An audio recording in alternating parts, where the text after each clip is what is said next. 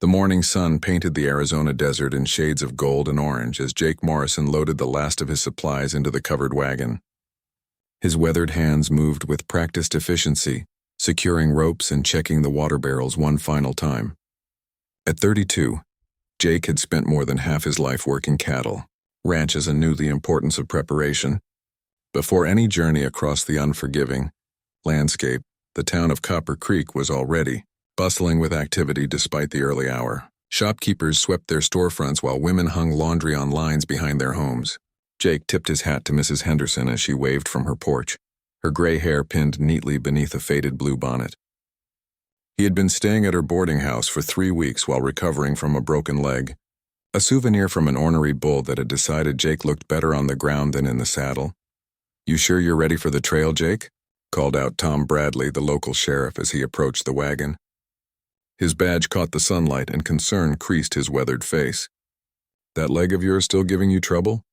Jake tested his weight on the formerly injured limb and nodded. "Good as new, Tom. Doc Peterson cleared me yesterday. Besides, I can't afford to stay here much longer.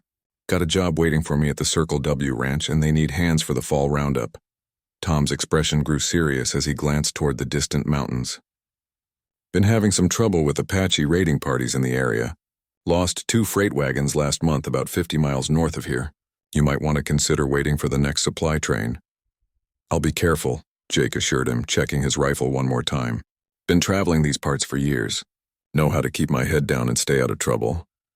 The sheriff wasn't entirely convinced, but he knew Jake well enough to understand that arguing would be pointless. The cowboy was as stubborn as the bulls he rode and twice as determined. "Just promise me you'll keep your eyes open. Those Apache know these canyons better than anyone, and they're not too happy about the new settlements moving into their territory." Jake climbed onto the wagon seat, his boots finding the familiar metal footrest. The leather reins felt comfortable in his calloused hands as he gathered them up. "Don't worry about me, Tom. I've dealt with hostile Indians before. Most of them just want to be left alone, same as the rest of us." As the wagon rolled out of town, Jake settled into the rhythm of travel. The wheels creaked steadily over the packed dirt road, and his 2 horses, Buck and Bell, moved at a comfortable pace that would eat up the miles without wearing them down. He had chosen this pair specifically for their endurance and calm temperament. Both were sturdy quarter horses with the intelligence and heart needed for long journeys through difficult country. The landscape gradually changed as morning wore into afternoon. The flat desert gave way to rolling hills dotted with sagebrush and stunted oak trees. Red rock formations jutted from the earth like ancient monuments, their surfaces carved by wind and rain into fantastic shapes that sparked the imagination. Jake had always loved this country despite its dangers. There was something about the vastness and raw beauty that made a man feel both insignificant and deeply connected to something larger than himself. By midday, the sun had become a merciless force beating down on the canvas wagon cover. Jake pulled his hat lower over his eyes and took frequent sips from his water canteen. The horses began to show signs of the heat, their coats darkening with sweat. He decided to stop at the next source of shade to rest during the hottest part of the day. A cluster of cottonwood trees near a small creek provided the perfect spot. Jake guided the wagon into the shade and immediately began unhitching the horses.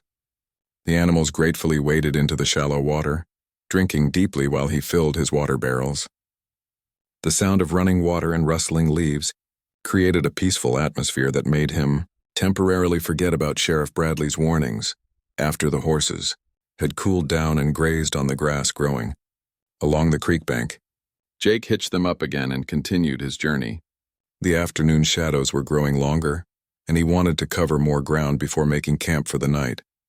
His destination was still 2 days away, and he preferred to travel during the cooler hours when possible. As evening approached, Jake began looking for a suitable camping spot. He needed somewhere defensible with good visibility in all directions, but also close enough to water for the horses.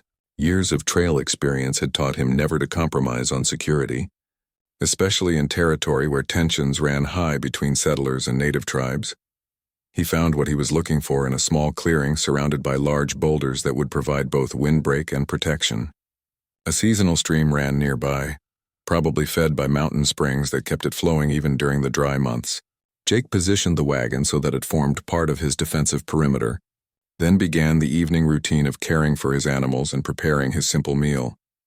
As darkness fell, Jake built a small fire using dry wood that would produce minimal smoke. He prepared beans and bacon in his cast-iron skillet, the familiar smells bringing comfort after a long day of travel. The horses stood quietly nearby, hobbled but alert to any sounds from the surrounding darkness.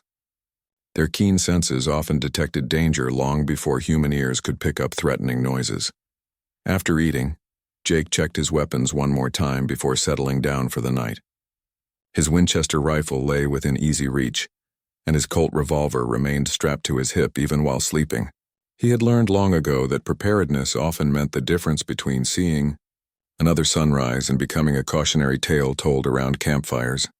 The desert night was alive with sounds that city folks might find unsettling, but Jake found them reassuring. Coyotes yipped in the distance, night birds called to their mates, and somewhere nearby an owl hooted softly. These were normal sounds that told him all was well in his immediate area. It was the sudden silence that worried experienced travelers, as it often meant predators or other dangers were approaching. Jake pulled his blanket up to his chin and gazed at the brilliant stars scattered across the clear desert sky. Tomorrow would bring new challenges and hopefully steady progress toward his destination. He had no way of knowing that his carefully planned journey was about to take an unexpected turn that would change not only his route, but his entire understanding of the complex relationship between the white settlers and the native peoples who had called this land home for countless generations. As sleep finally claimed him, Jake's last conscious thought was a prayer for safe travel and fair weather. The fire burned down to glowing embers and peaceful silence settled over the camp like a comfortable blanket. Jake woke before dawn to the sound of Buck nickering softly, a sign that something had disturbed the usually calm horse.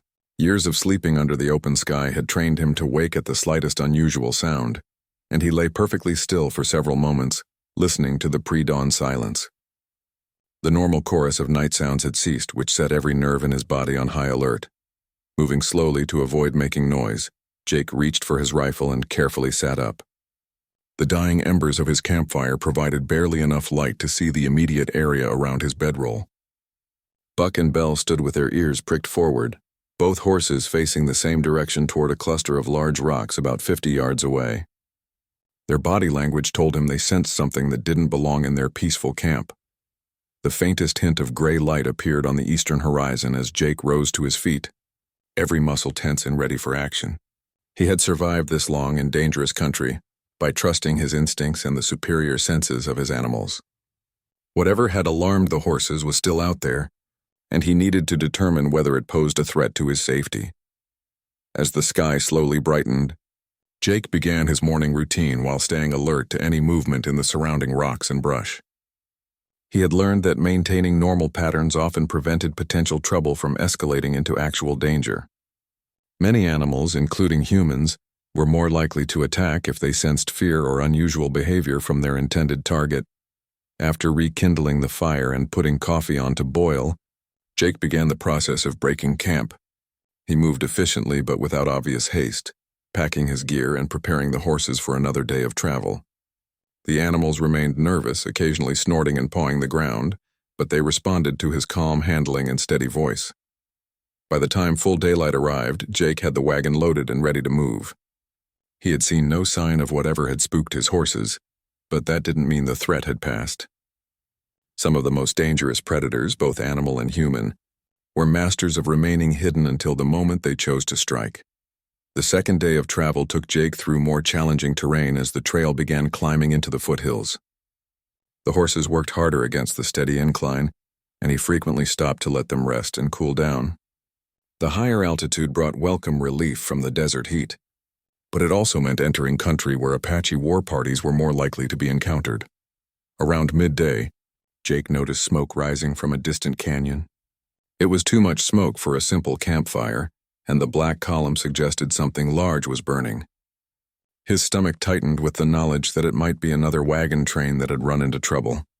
Sheriff Bradley's warnings echoed in his mind as he considered whether to investigate or continue on his planned route. Caution won over curiosity, and Jake decided to swing wide around the area where the smoke originated. Adding an extra day to his journey was a small price to pay for avoiding whatever disaster had created that ominous black column. He adjusted his course to follow a more northerly route that would take him through higher country but away from the immediate danger.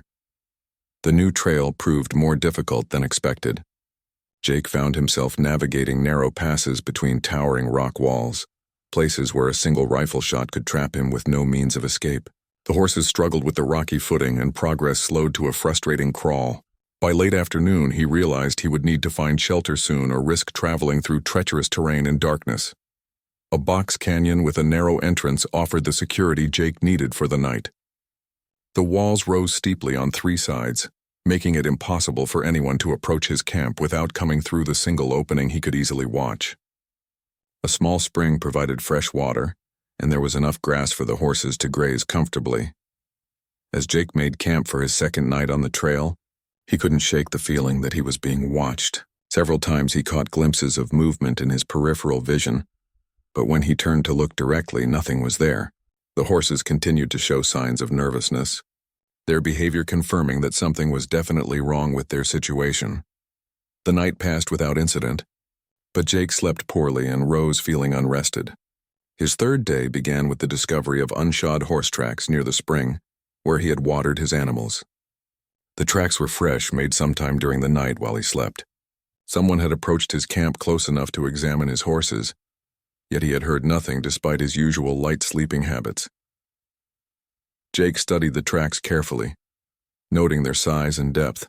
They had been made by a single horse carrying a lightweight rider, someone skilled enough to approach within yards of the experienced frontiersman without making a sound. The realization sent chills down his spine as he considered how vulnerable he had been during those dark hours. Loading his wagon with extra care and attention to his weapons, Jake prepared to leave the canyon that had seemed so secure the night before. The narrow entrance that had provided protection now felt like a trap, and he urged the horses forward with unusual haste. Once clear of the confining walls, he felt some of his tension ease, but the knowledge that someone was following him remained. The trail continued climbing through increasingly rugged country. Tall pines replaced the scrub oak of the lower elevations, and the air carried the clean scent of mountain forests. Under different circumstances, Jake would have enjoyed the scenic beauty and cool temperatures, but his constant vigilance prevented him from appreciating the magnificent landscape. Several times during the morning, Jake stopped his wagon and climbed to high vantage points to scan his back trail. He saw nothing unusual, but the feeling of being watched persisted. Whoever was following him possessed skills that matched or exceeded his own, a sobering thought that kept his rifle within constant reach. As the day progressed, Jake began to notice other signs that someone was nearby. A disturbed patch of earth here, a broken branch there, small indicators that would be meaningless to most travelers but spoke volumes to someone with his experience. His tracker was staying parallel to his route, probably using the higher ground to observe his progress while remaining hidden. The cat and mouse game continued throughout the day, with Jake growing increasingly frustrated by his inability to spot his pursuer. He considered setting an ambush, but the terrain favored whoever was doing the stalking. They knew this country better than he did, and any attempt to turn the tables might result in walking into a trap of his own making. As evening approached, Jake faced a difficult decision about where to make camp. The open country offered better visibility but less protection, while the forested areas provided cover for both him and anyone who might wish him harm. He finally settled on a compromise, choosing a spot at the edge of a meadow, where he could see approaching danger but still had trees at his back for protection. That night, Jake barely slept at all. Every sound in the forest seemed magnified, and he found himself starting awake at the slightest noise. The horses sensed his tension and remained restless throughout the long hours of darkness. By morning, both man and animals were exhausted from the strain of constant alertness. The fourth day dawned gray and overcast, with heavy clouds promising rain before evening. Jake's exhaustion weighed on him like a heavy blanket, but he forced himself to maintain his vigilant watch as he prepared for another day of travel. The horses seemed to sense the approaching weather and moved with unusual eagerness, as if they shared his desire to reach shelter before the storm arrived. As Jake hitched up the team, he noticed Belle favoring her left front hoof. A closer examination revealed a small stone wedged between the shoe and the tender frog of her foot. He worked carefully with his knife to remove the debris, knowing that a lame horse in this dangerous country could mean the difference between life and death. The delay frustrated him, but rushing would only risk injuring the animal permanently. While tending to Belle's hoof, Jake caught a glimpse of movement on a distant ridgeline. For just a moment, the silhouette of a horse and rider appeared against the cloudy sky before disappearing behind the rocks. His mysterious follower was getting bolder or perhaps more desperate. Either possibility suggested that the situation was building toward some kind of confrontation. The trail descended from the high country into a series of interconnected valleys that offered better traveling conditions but limited visibility. Jake found himself constantly checking the surrounding hills, knowing that rifle shots could come from any direction without warning. The weight of his Winchester across his knees provided some comfort, but he knew that one man with a single-shot rifle would be at a severe disadvantage against multiple attackers. By noon, the first drops of rain began falling, fat droplets that promised a thorough soaking before the day ended. Jake pulled on his oiled canvas coat and adjusted the wagon's canvas cover to better protect his supplies. The horses plodded forward with their heads down, resigned to working through whatever weather nature chose to send their way. The rain gradually intensified until it became a steady downpour that turned the trail into a muddy obstacle course. The wagon wheels began slipping in the increasingly treacherous footing, and Jake was forced to slow their pace to avoid getting stuck in the deepest mud holes. Progress that had been frustratingly slow became nearly impossible as the storm reached its full fury. Lightning began flashing across the darkened sky, followed by tremendous crashes of thunder that echoed off the surrounding mountains. The horses became increasingly nervous as the electrical display intensified, their ears flattening against their heads with each booming sound. Jake knew he needed to find shelter soon before the animals became completely unmanageable. A grove of large pine trees offered some protection from the driving rain, and Jake guided the wagon beneath their spreading branches. The thick canopy reduced the downpour to a manageable drizzle, but he could see that the storm would continue for several hours. Setting up a proper camp was impossible in the muddy conditions, so he simply unhitched the horses and tied them securely to nearby trees. As Jake huddled beneath the wagon's canvas cover, eating cold beans from a can, he wondered about his mysterious follower. Was someone else taking shelter from the same storm? Or did Apache warriors continue their pursuit regardless of weather conditions?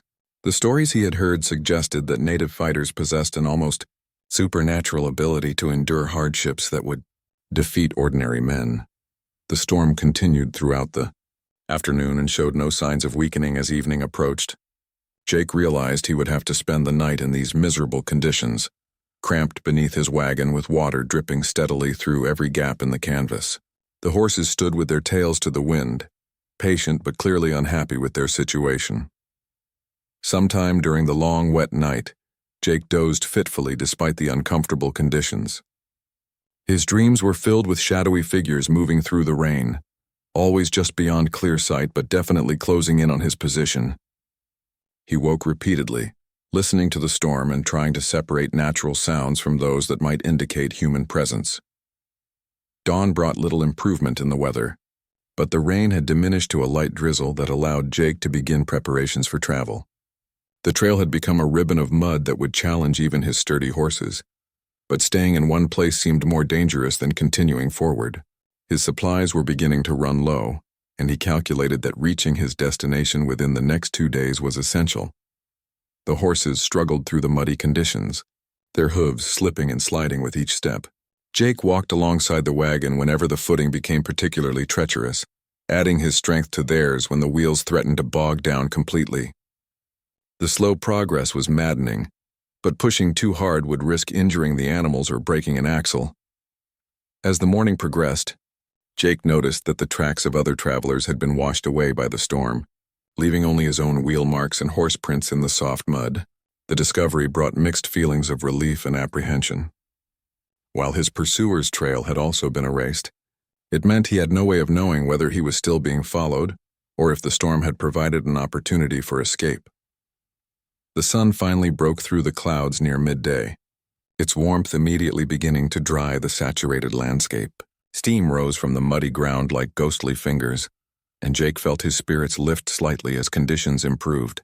The horses seemed to sense the change as well, stepping with renewed energy as their footing became more secure.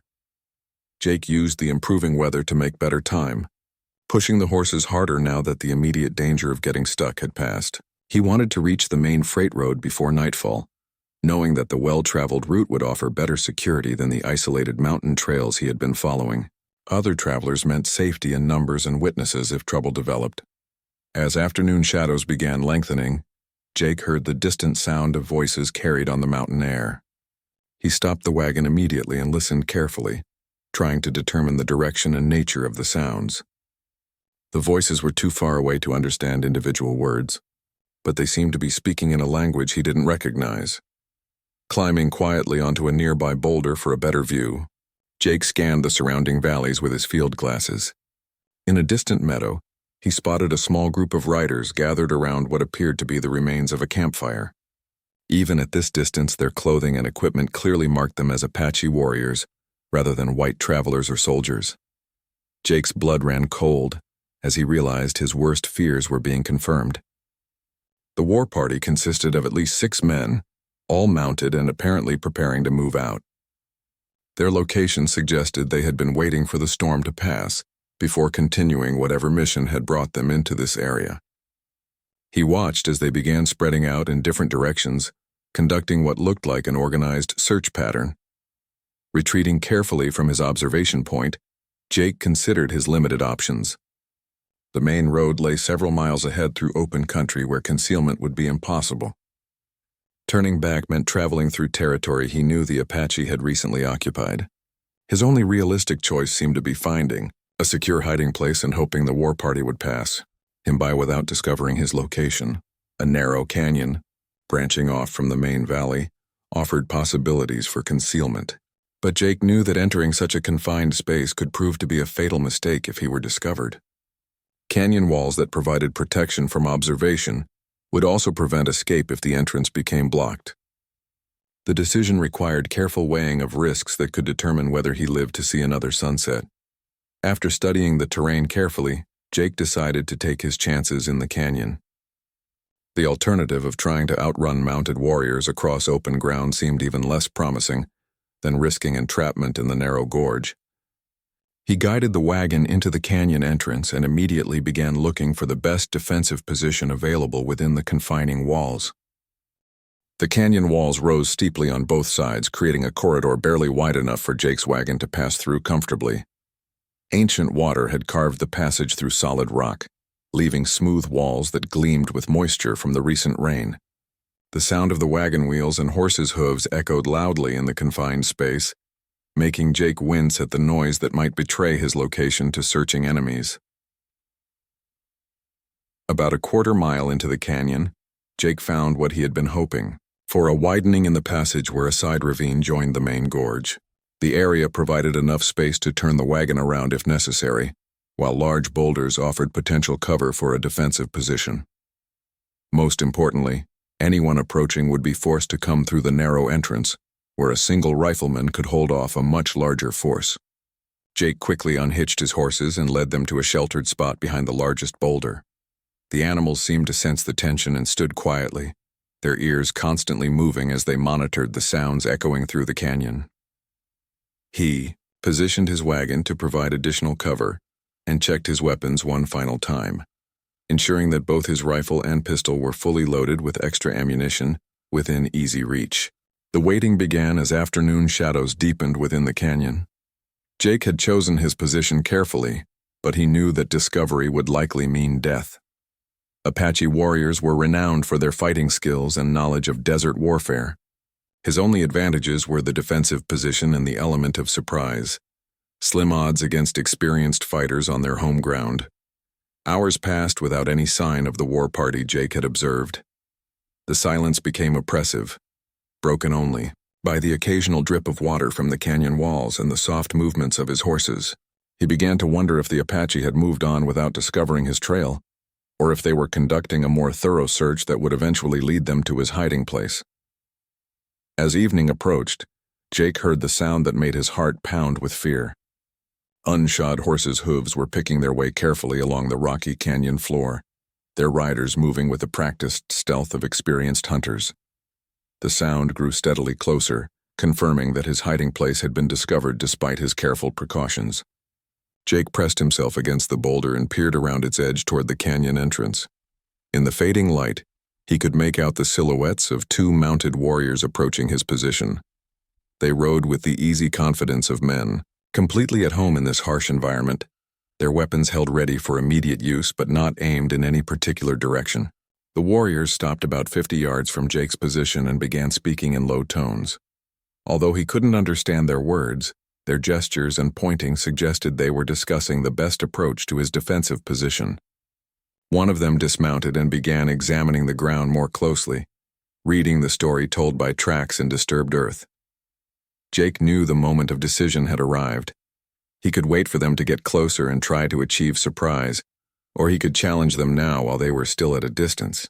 His military experience suggested that taking the initiative was usually better than allowing the enemy to choose the time and manner of engagement. Taking careful aim with his Winchester, he prepared to fire the shot that would determine his fate. Before Jake could squeeze the trigger, a new sound reached his ears that changed everything. From somewhere behind the approaching warriors came the unmistakable crack of a rifle shot, followed immediately by confused shouts and the sound of horses moving rapidly. The two Apache in front of his position immediately wheeled their mounts and galloped back toward the canyon entrance, disappearing around the first bend in the narrow passage. Jake remained frozen in position, trying to understand what had happened. Someone else was in the canyon, someone with a rifle who had fired at the Apache warriors. The implications were staggering, as it meant he was not alone in this deadly game of hide and seek. Whether the unknown shooter was friend or foe remained to be determined, but their intervention had certainly saved his life. More gunshots echoed through the canyon, suggesting a running battle was taking place near the entrance. Jake could hear horses moving rapidly over rocky ground and occasional shouts in what sounded like Apache language. The fight seemed to be moving away from his position, but he remained ready for action in case the battle turned in his direction. Gradually, the sounds of conflict faded until the canyon returned to its previous silence. Jake waited another hour before cautiously moving from his protected position to investigate. Leading his horses and keeping his rifle ready, he made his way slowly toward the canyon entrance, alert for any signs of remaining danger. Near the mouth of the canyon, Jake discovered evidence of the recent fight. Bloodstains on the rocks indicated that at least one participant had been wounded, and scattered equipment suggested the battle had been brief but intense. Most significantly, he found tracks indicating that survivors from both sides had departed the area, leaving him alone once again. As darkness fell, Jake decided to remain in the canyon for the night rather than risk travel in unfamiliar territory. He made a cold camp without fire, eating dried beef and hardtack while trying to piece together what had happened. Someone had definitely saved his life, but their identity and motives remained completely mysterious. The night passed quietly, with only the normal sounds of desert wildlife to break the silence. Jake slept better than he had in days, feeling more secure in his rocky shelter than he had since leaving Copper Creek. The morning brought clear skies, and the promise of better traveling conditions once he left the confining canyon walls. As Jake prepared to resume his journey, he conducted a thorough search of the area where the fight had occurred. In addition to the bloodstains and scattered equipment he had noticed the previous evening, he found several items that provided clues about his mysterious rescuer.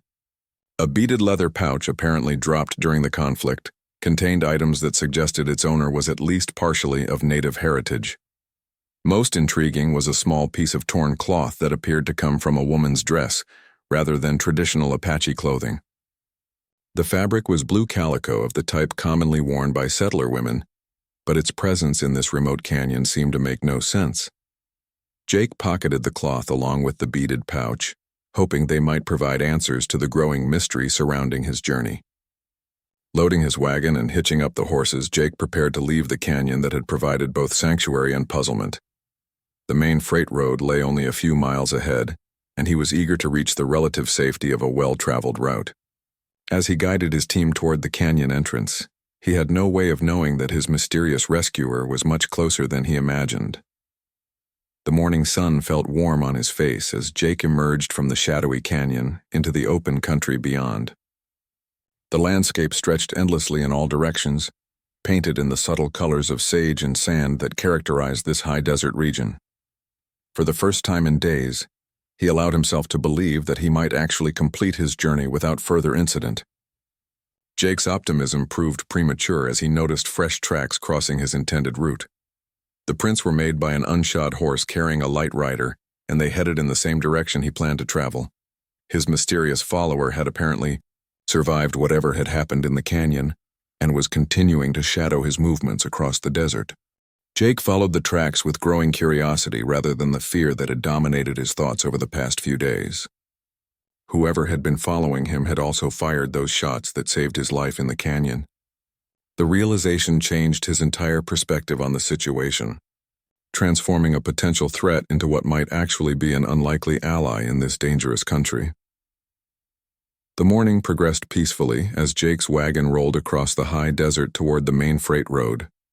The horses moved with renewed energy, perhaps sensing their driver's improved mood, and the miles passed steadily beneath their wheels. Jake found himself scanning the horizon not for signs of danger, but hoping to catch a glimpse of his mysterious companion.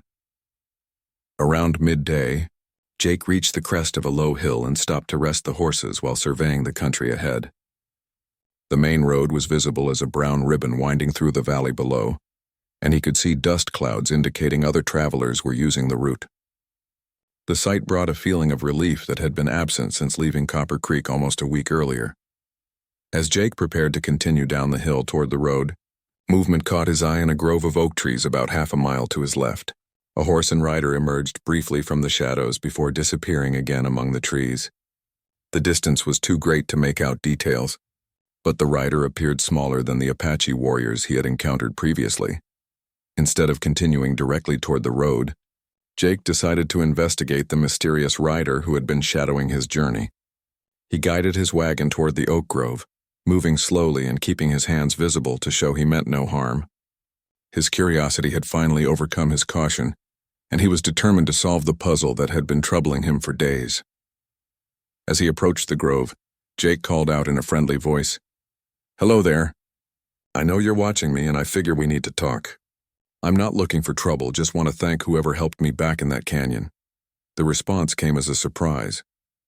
A young voice, clearly feminine, called back in accented English, "You stay where you are, cowboy. I have a rifle and I know how to use it." Jake stopped his wagon immediately and raised his hands to show he was unarmed. "I'm not going to hurt you, miss. Like I said, I just want to thank you for what you did back there. Those Apache would have killed me for sure if you hadn't started shooting." A long silence followed before the voice spoke again, this time with less hostility but still wary. "How do I know you are not working with those men? Maybe this is a trap to catch me." "Because if I was working with them, I'd already be dead," Jake replied reasonably. "And if you wanted to kill me, you've had plenty of chances over the past few days. Seems to me we might both be better off if we stop playing games and start trusting each other." Another period of silence stretched between them before Jake heard the sound of a horse moving through the trees. A moment later, a rider emerged from the shadows, and Jake's breath caught in his throat at what he saw. The person who had been following him was indeed a young woman, but she was unlike anyone he had ever encountered. She appeared to be in her late teens, with long dark hair braided in the Apache fashion and skin bronzed by years in the desert sun. Her clothing was a mixture of traditional native dress and items obviously taken from white settlers. Most striking were her eyes, dark and intelligent, that seemed to take in every detail of Jake's appearance and equipment with a warrior's assessment. The rifle in her hands was a newer model Winchester, well-maintained and held with obvious familiarity.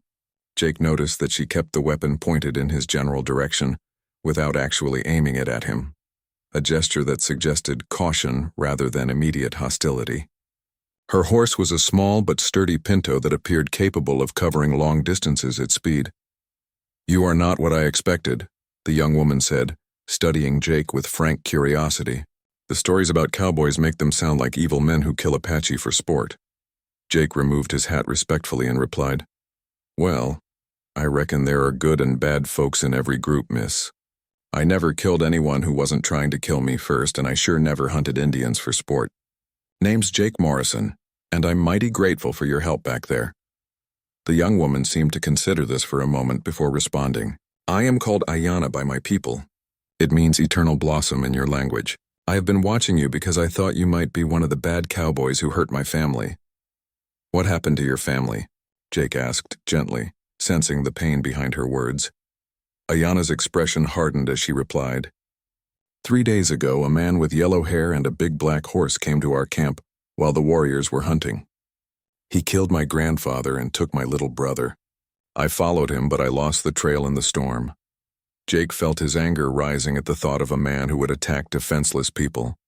This yellow-haired fellow, did he have any particular marks or clothing that you remember? He wore a coat with brass buttons like soldiers wear, but he was not a soldier. His face was marked by a knife scar from his left eye to his mouth. My grandfather tried to protect my brother, but the man shot him down like a dog. The description made Jake's blood run cold because he knew exactly who Ayana was talking about. Clay Hutchins was a former cavalry sergeant who had been dishonorably discharged for brutality toward prisoners. He now worked as a bounty hunter and had a reputation for taking Apache children to sell to people who wanted servants or worse. Miss Ayana, Jake said carefully, I think I know who took your brother. The man you described sounds like Clay Hutchins, and he's about as low as they come. He's been taking Indian children and selling them to folks who don't ask questions about where they came from. Ayana's grip tightened on her rifle, and Jake could see the rage burning in her dark eyes.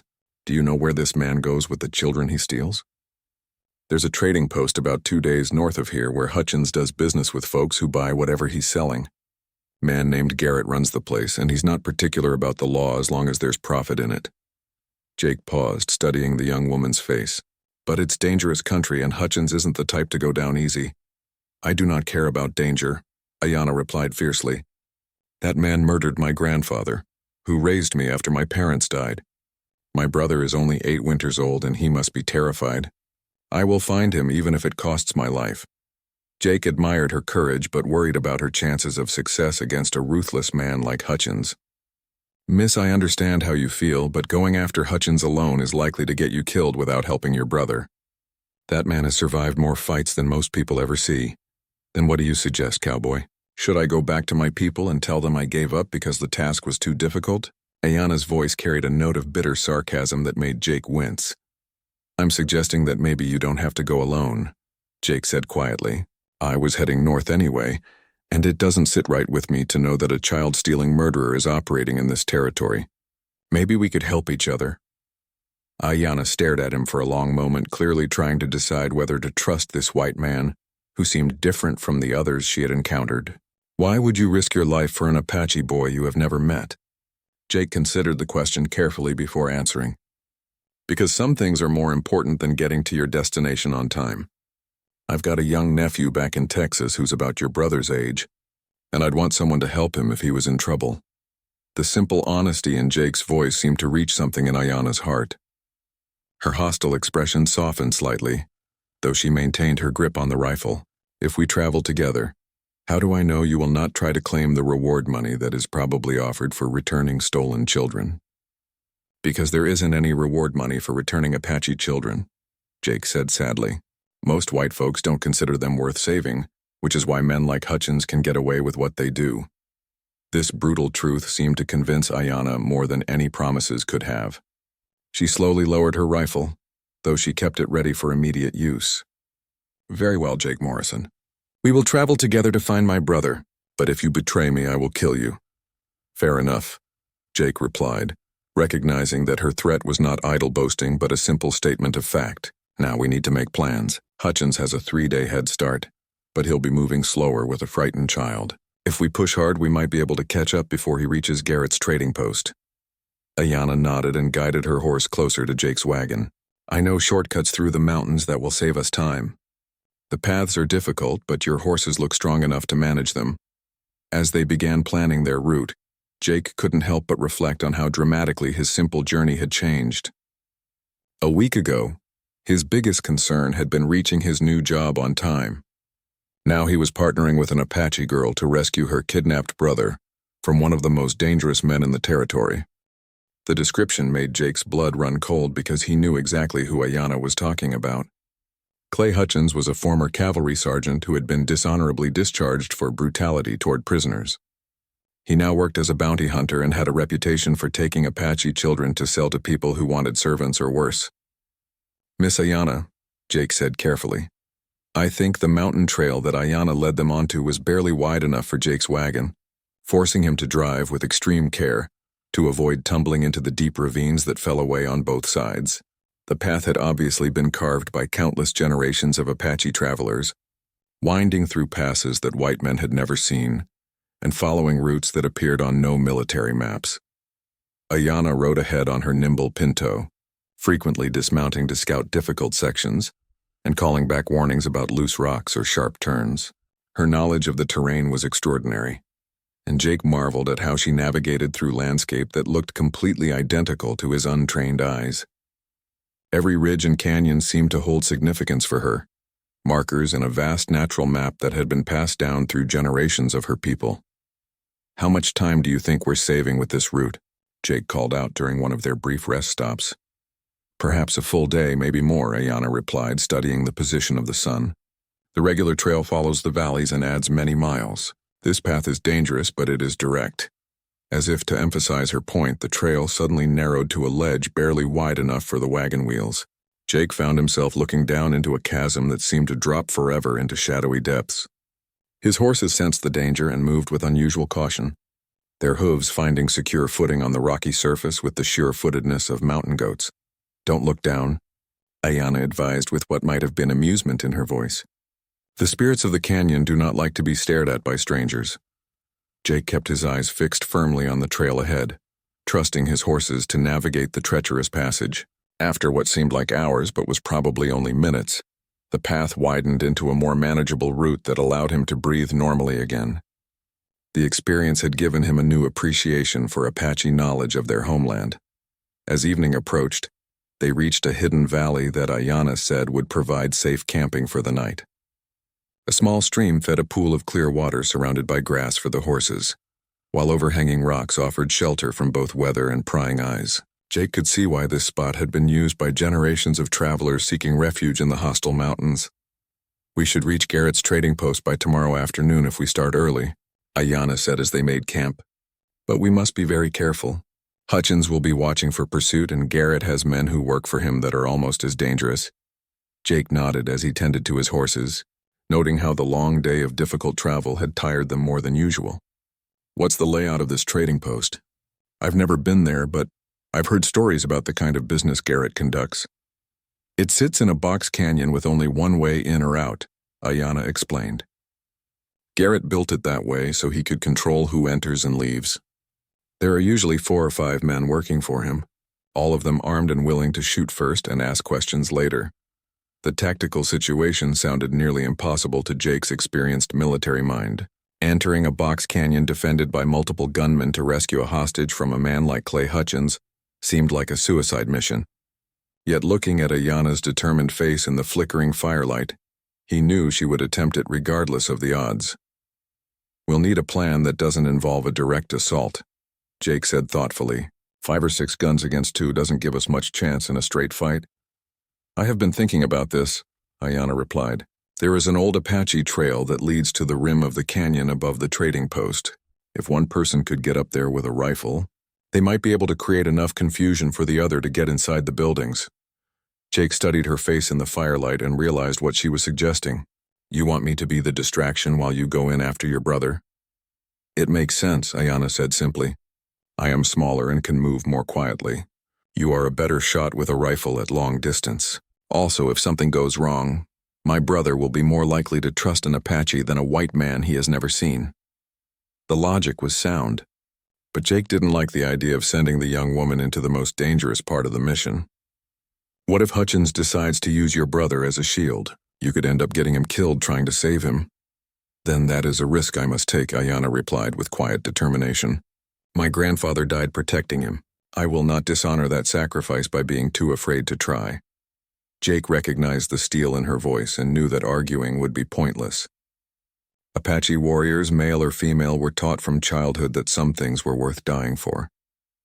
Family honor was at the top of that list, and Ayanna would not be deterred by concerns for her own safety.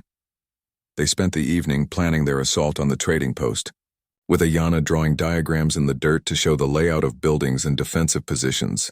Her knowledge was remarkably detailed, suggesting she had scouted the location before while tracking Hutchins.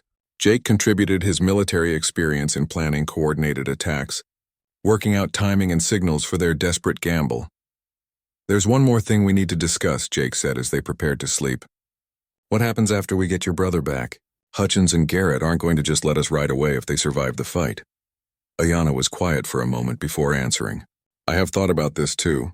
There is a place deeper in the mountains where my people sometimes go when they need to disappear for a while. If we can reach it, even the army cannot follow us there." "And what about me?" Jake asked. "I can't exactly go back to my regular life after shooting up a trading post, even if it is run by criminals." "You could come with us," Ayana said quietly. "My people would welcome a man who helped rescue one of our children. It would not be an easy life, but it would be an honorable one." The offer surprised Jake more than he wanted to admit. The idea of abandoning his planned life to join an Apache band seemed impossible, yet something about it appealed to him. He had always felt more at home in the wilderness than in towns, and the past few days had shown him that there was more to the Apache than the savage image portrayed by most white settlers. "Let's worry about rescuing your brother first," Jake said finally. "Then we can figure out what comes next." As they settled down for the night, both knew that the next day would likely determine not only the fate of a kidnapped child, but their own futures as well. The plan they had developed was risky and dependent on numerous factors beyond their control. Success would require perfect timing, considerable luck, and the kind of courage that could only come from fighting for something more important than personal survival. Jake lay awake for a long time, staring at the stars visible through the canyon rim above their hidden camp. Tomorrow he would either help rescue an innocent child or die in the attempt. Either way, his simple journey to a new job had transformed into something far more significant than he could have imagined when he first loaded his wagon in Copper Creek. Beside him, Ayana slept with the quiet confidence of a warrior who had made peace with whatever fate awaited them in the morning.